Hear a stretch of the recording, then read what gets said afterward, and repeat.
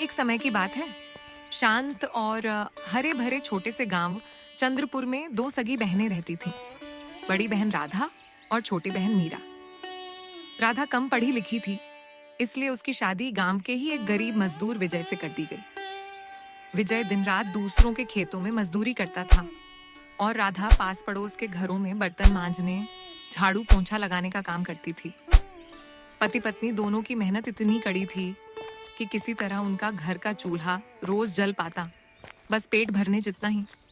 वहीं दूसरी ओर छोटी बहन मीरा बचपन से ही बहुत सुंदर मानी जाती थी। उसकी शादी धनपुर शहर के बड़े और अमीर सेठ करण सिंह से हुई थी। शादी के बाद धन दौलत और अपने रूप का घमंड मीरा के सिर चढ़कर बोलने लगा। वह अपनी बड़ी बहन राधा को देखते ही ताने मार देती और हर मौके पर उसे नीचा दिखाने की कोशिश करती।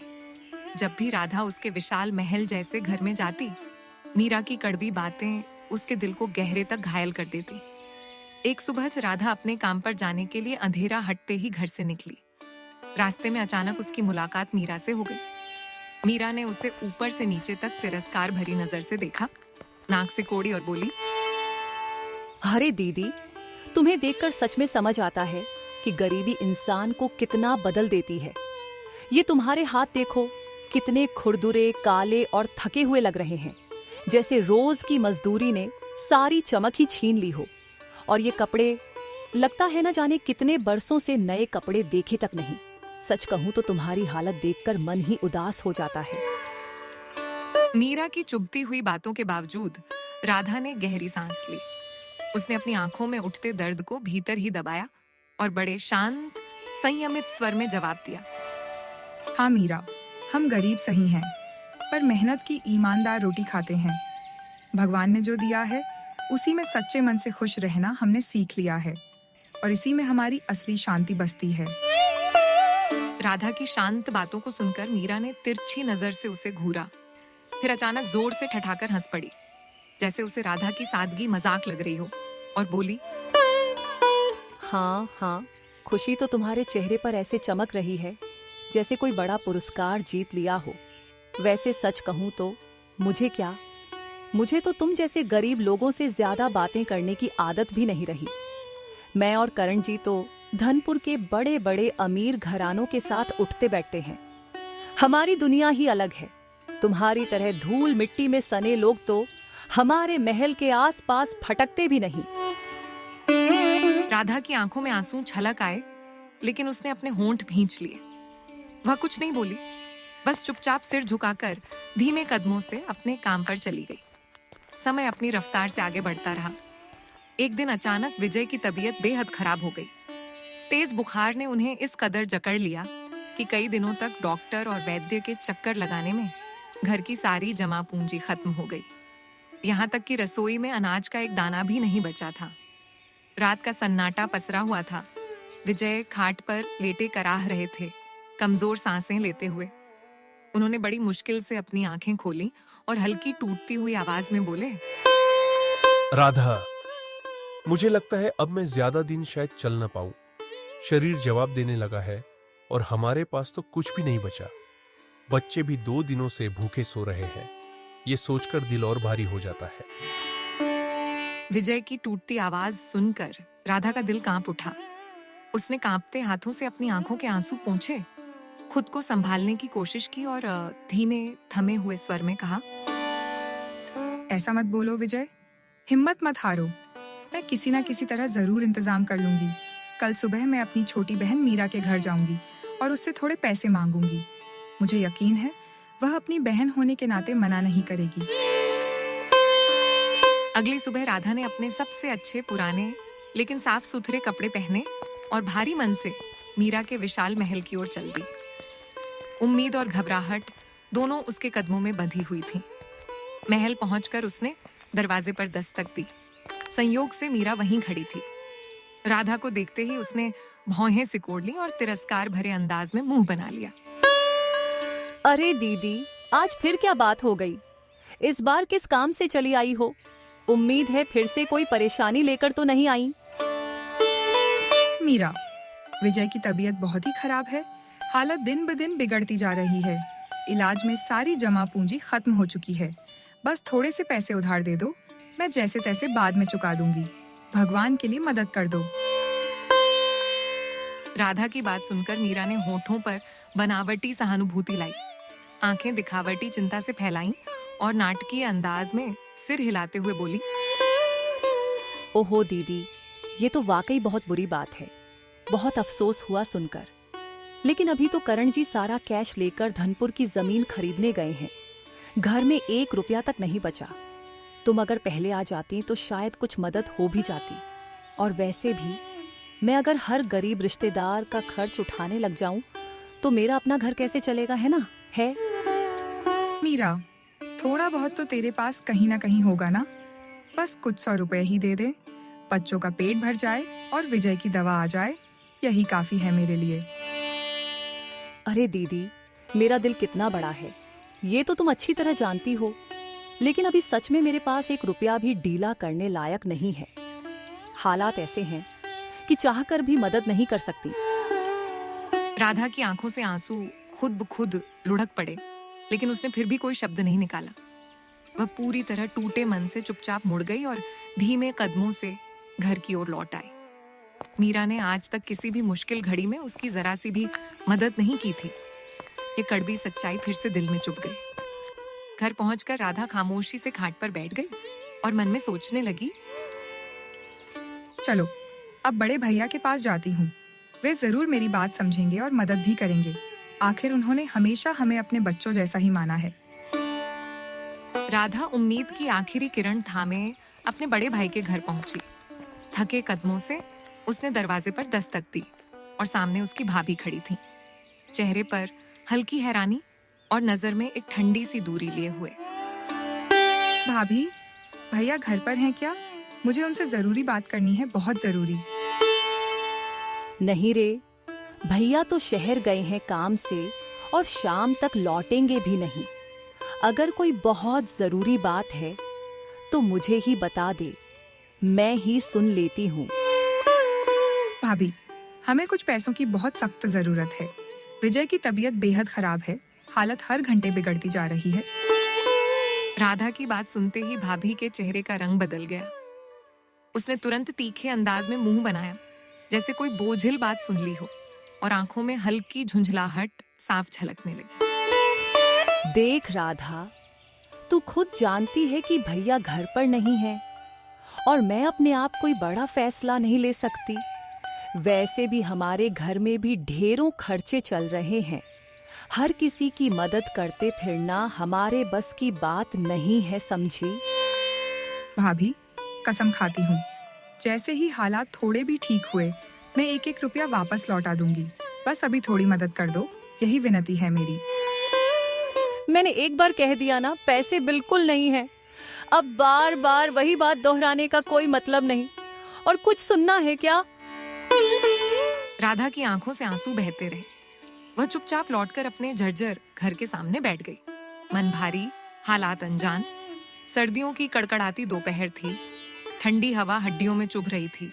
गलियों में धुंध फैली थी और लोग अलाव के सहारे कांपते हुए दिन काट रहे थे। इसी बीच एक बूढ़े साधु बाबा गांव में आए। हाथ में पुराना भिक्षा पात्र, चेहरे पर दिव्य तेज, पर शरीर ठंड से कांप रहा था। कदम धीमे, आंखें थकी हुई मगर करुणा से भरी। वह सबसे पहले मीरा के भव्य महल के सामने पहुंचे। ऊंची दीवारें, बड़ा लोहे का फाटक और भीतर की रौनक मानो किसी दूसरी ही दुनिया का एहसास कराती थी।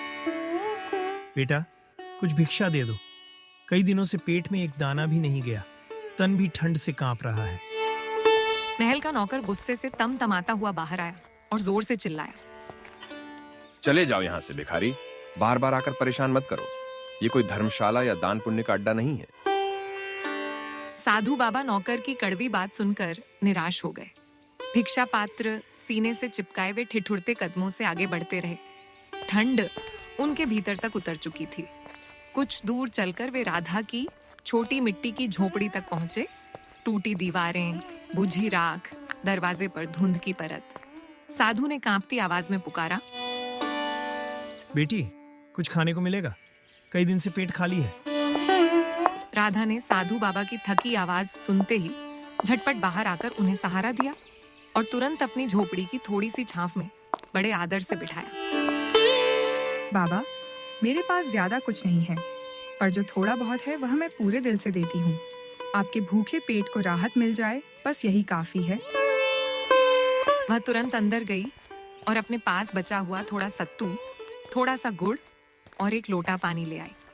साधु बाबा ने उसे बड़ी प्रसन्नता और कृतज्ञता के साथ खाया, मानो कई दिनों बाद उन्हें सुकून का पहला कौर मिला हो। बेटी, तूने तो मेरा हृदय सचमुच प्रसन्न कर दिया। ऐसे कठोर समय में इतना प्रेम मिल जाए, ये बहुत बड़ी कृपा है। मैं तेरा ये उपकार कैसे चुका सकता हूँ, बोल।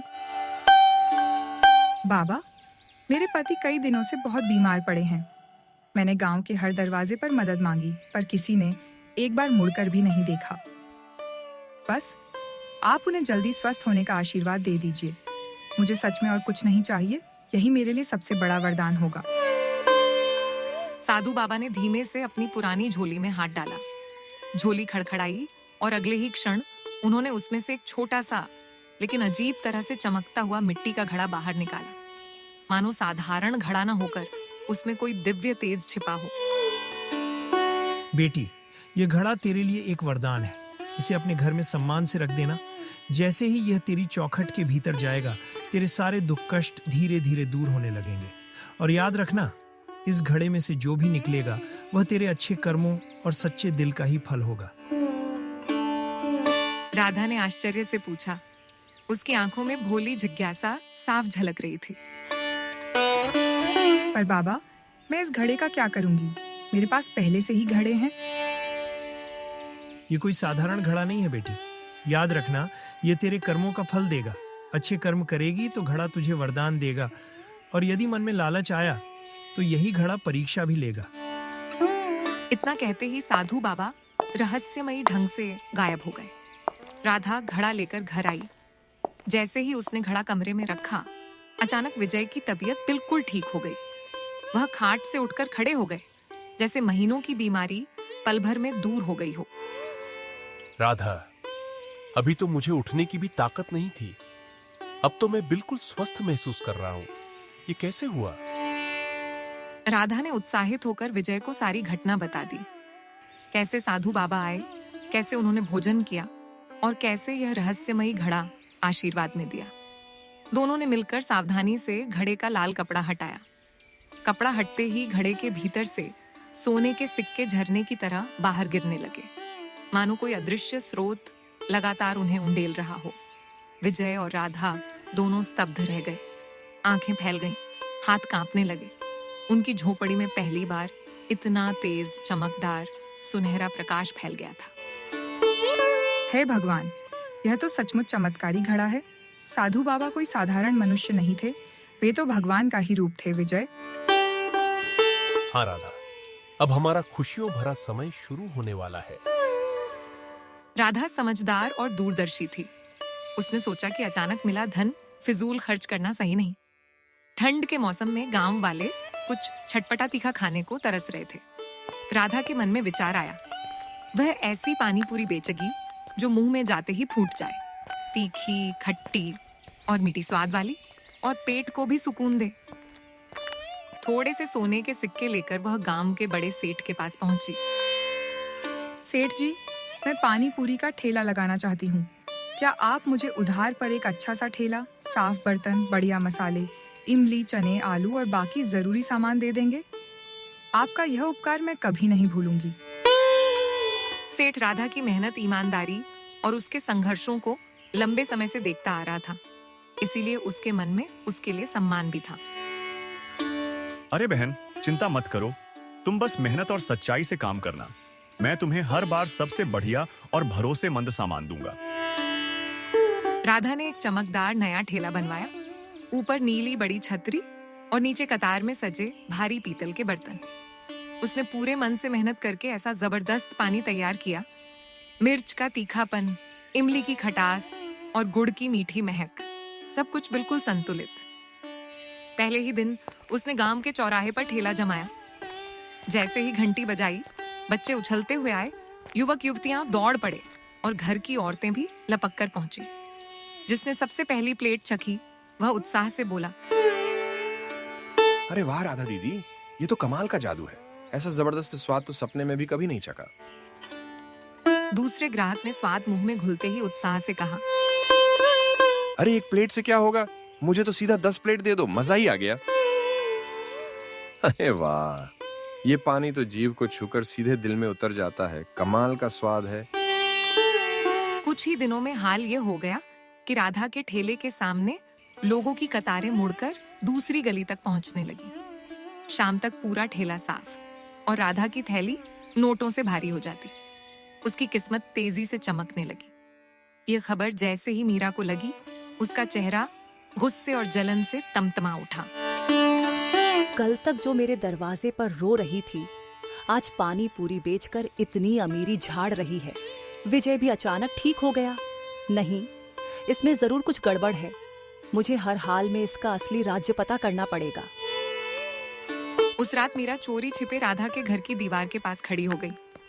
वह सांस दबाकर अंदर की हर आवाज सुनने लगी। तभी विजय की धीमी लेकिन साफ आवाज सुनाई दी। वह बोले, देखो राधा, हमारी सारी तरक्की उसी साधु बाबा की दया है। अगर उनका दिया हुआ जादुई घड़ा न होता तो हम आज भी दुख और कर्ज में ही डूबे रहते। हाँ, सच में उस घड़े की वजह से ही हमारी पूरी जिंदगी बदल गई। सब कुछ संवर गया। मीरा के दिल में लालच और जलन जाग उठी। उसने तय कर लिया कि चाहे कुछ भी करना पड़े, वह इस घड़े का रहस्य जरूर जानकर रहेगी। बस आज की रात का इंतजार है। जैसे ही ये लोग सोएंगे, मैं बिना आवाज किए वह जादुई घड़ा उठा ले जाऊंगी। फिर देखती हूँ किस्मत कैसे पलटती है। रात के गहरे सन्नाटे में जब पूरा घर नींद में डूबा था, मीरा चोरी छिपे झोपड़ी में घुसी। जैसे ही उसने जादुई घड़े को हाथ लगाने की कोशिश की, घड़ा तेजी से उड़कर दीवार से जा चिपका और पूरे कमरे में एक भारी डरावनी आवाज गूंज उठी। ए मूर्ख, लालची और घमंडी औरत, याद रख, धन का घमंड करने वाला इंसान कभी सुख नहीं पाता। असली अमीरी तो ईमानदारी, मेहनत और अच्छे दिल में बसती है। अगर तूने अपनी यह जहरीली सोच नहीं बदली तो तेरा यही घमंड एक दिन तुझे पूरी तरह बर्बाद कर देगा। घड़े की खौफनाक चेतावनी सुनते ही मीरा का चेहरा पीला पड़ गया। उसके हाथ कांपने लगे और वह घड़ा छोड़कर जान बचाने की तरह बाहर भागी। वह इतनी दहशत में थी कि किसी को कुछ बताने की हिम्मत ही नहीं जुटा सकी। अगले दिन मन में नई चालें बुनते हुए उसने अपने सबसे वफादार नौकर सूरज को तुरंत बुलवाया। सुनो सूरज, राधा का पानी पूरी ठेला तो जैसे आग की तरह फैल रहा है। ये सफलता मैं किसी हालत में सहन नहीं कर सकती। मुझे कोई ऐसा चालाक उपाय बताओ जिससे उसका ठेला मिट्टी में मिल जाए और वह दोबारा खड़ी ना हो सके। सूरज ने थोड़ा रुककर गहरी सांस लेकर कहा, मालकिन, अगर हम ये अफवाह फैला दें कि उसकी पानी पूरी में नाले का पानी मिलता है और उसमें कीड़े तैरते हैं, तो लोग डर कर उसके ठेले के पास भी नहीं भटकेंगे। मीरा अपनी चाल सफल होती देखकर मुस्कुराई। उसने रात में ही अपने नौकरों और कुछ लालची गांव वालों को पैसे बांटकर सारी योजना समझा दी थी। अगली सुबह हमेशा की तरह राधा ने अपना ठेला लगाया। सूरज निकला ही था और ग्राहक धीरे धीरे आने लगे थे। लेकिन तभी मीरा के भेजे हुए आदमी पहुंचे। उन्होंने पानी पूरी की प्लेट ली, एक कौर खाया और अचानक पूरे बाजार में जोर जोर से चिल्लाने लगे, अरे ये क्या, इस पानी में तो कीड़े तैर रहे हैं। ये तो गंदा नाले का पानी है। लोग अपनी जान के दुश्मन हैं क्या, जो यहाँ खाएंगे? हाँ हाँ, स्वाद बिल्कुल खराब है। अरे अभी तो पेट में दर्द होना शुरू भी हो गया। भागो भागो यहाँ से, ये ठेला तो लोगों को बीमार कर देगा। लोगों सावधान, राधा की पानी पूरी खाने से भयंकर बीमारी हो जाएगी। हमने खुद देखा, पानी में कीड़े तैर रहे हैं। दूसरे ग्राहक डरकर पीछे हटने लगे। कुछ ने प्लेटें अधूरी छोड़ दी, कुछ बिना कुछ कहे वहां से चले गए। धीरे धीरे भीड़ छूट गई और शाम तक ठेला बिल्कुल सूना पड़ा था। राधा के दिल पर जैसे किसी ने भारी पत्थर रख दिया हो। वह समझ गई कि यह सब किसी की सोची समझी साजिश है। लेकिन राधा उन लोगों में से नहीं थी जो एक झटके में हार मान जाए। अगले ही दिन उसने हिम्मत बटोरी, पानी पूरी नया बनाकर घर घर गई। हर दरवाजे पर मुस्कान के साथ प्लेट बढ़ाते हुए बोली, बिना पैसे दिए खाकर देख लो आप लोग। अगर जरा सा भी गलत लगे तो यही मुंह पर कह देना। खुद देख लो, पानी कितना साफ है, मसाले कितने ताजा हैं। बस एक मौका दे दो, सच खुद बोल उठेगा। लोगों ने खाकर देखा। पानी पूरी एकदम ताजी, कुरकुरी और लाजवाब थी। सच सबके सामने आ चुका था। कुछ लोगों ने यह भी देख लिया कि कल अफवाह फैलाने वाले मीरा के घर से पैसे लेकर निकल रहे थे। यह खबर पूरे गांव में आग की तरह फैल गई। तभी एक बुजुर्ग राधा के पास आए और बोले, बेटी, हमसे गलती हो गई। हम अफवाहों के बहकावे में आ गए। अब पूरी सच्चाई पता चल गई है कि तेरे खिलाफ यह चाल जानबूझकर चली गई थी। धीरे धीरे लोग फिर राधा के ठेले पर उमड़ने लगे। उसकी ईमानदारी, साफ सफाई और बेहतरीन स्वाद ने सभी का भरोसा वापस लौटा दिया। जब मीरा को यह बात मालूम हुई तो वह अंदर ही अंदर जल उठी और तिलमिला गई। उसने उसी समय सूरज को बुलवाया ताकि कोई और धूर्त योजना बनाई जा सके। इस बार ऐसी चाल चलो कि राधा जिंदगी में फिर कभी संभल भी न पाए। मैं उसकी सारी मेहनत पर पूरी तरह ताला लगाना चाहती हूँ। सूरज ने घबराए स्वर में कहा। उसके चेहरे पर डर और बेचैनी साफ झलक रही थी। मालकिन, ये कदम बहुत जोखिम भरा है। यही चाहिए मुझे। आज रात तुम लोग उसके ठेले में आग लगा देना। सब जलकर खाक हो जाएगा और उसका कारोबार हमेशा के लिए खत्म हो जाएगा। रात के घने अंधेरे में सूरज और उसका साथी गोपाल अपने चेहरे कपड़े से ढककर चुपके से ठेले के पास पहुंचे। उन्होंने चारों ओर मिट्टी का तेल छिड़का और माचिस की तीली सुलगा दी। पल भर में ठेला भयंकर लपटों में बदल गया और दोनों बदमाश तेजी से अंधेरे में गायब हो गए। आग की तेज लपटें देखकर गांव वाले हड़बड़ाकर बाहर निकले, लेकिन जब तक वे पहुंचे ठेला पूरी तरह खाक हो चुका था। सुबह जब राधा वहां पहुंची तो राख के ढेर को देखकर उसका दिल टूट गया और वह जोर जोर से रो पड़ी। हे प्रभु, मेरी मेहनत, मेरा सपना, सब कुछ एक पल में जलकर खत्म हो गया। आखिर ऐसा घटिया काम किसने किया होगा? कुछ ही देर में गांव का सरपंच भी भीड़ के बीच रास्ता बनाता हुआ मौके पर पहुंच गया। यह कोई साधारण दुर्घटना नहीं, बल्कि साफ साफ किसी की सोची समझी साजिश लगती है। हमें तुरंत इसका सच पता लगाना होगा।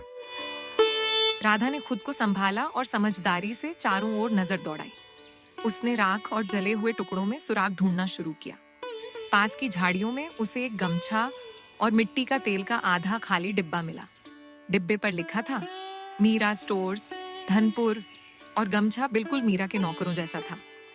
राधा ये पक्के सबूत लेकर सरपंच के पास पहुंची। खबर फैलते ही गांव में खलबली मच गई। सरपंच ने चौपाल में सबूत प्रस्तुत किए। तभी भीड़ में से एक आदमी जोर से बोला, मैंने कल सूरज को बिल्कुल ऐसा ही गमछा पहने इधर उधर घूमते देखा था। अरे, ये तेल का डिब्बा तो मीरा स्टोर्स का ही लगता है, बिल्कुल वही वाला। तभी चौपाल की ओर से धीमे कदमों की आवाज आई। करण सिंह गुस्से में भरे चेहरे के साथ पहुंचे। उनके कंधे पर वही गमछा लटका हुआ था जो सबूतों में मिला था। एक पल में चौपाल पर सन्नाटा छा गया। सरपंच ने भौहें चढ़ाकर सख्ती से कहा, अब बोलो मीरा, क्या अब भी कोई सफाई बची है? ये सबूत साफ दिखा रहे हैं कि तूने जलन और ईर्ष्या में अपनी ही सगी बहन का ठेला जलवाया। यह सिर्फ जलन नहीं, गंभीर अपराध है जिसकी सजा तय है। मीरा डर के मारे बिखर गई और फूट फूट कर रोने लगी। उसकी आंखों में पछतावे, घबराहट और पकड़े जाने के भय का अजीब सा मिश्रण साफ झलक रहा था। मुझे माफ कर दो। मैं अपनी जलन और अंधे घमंड में बहक गई थी।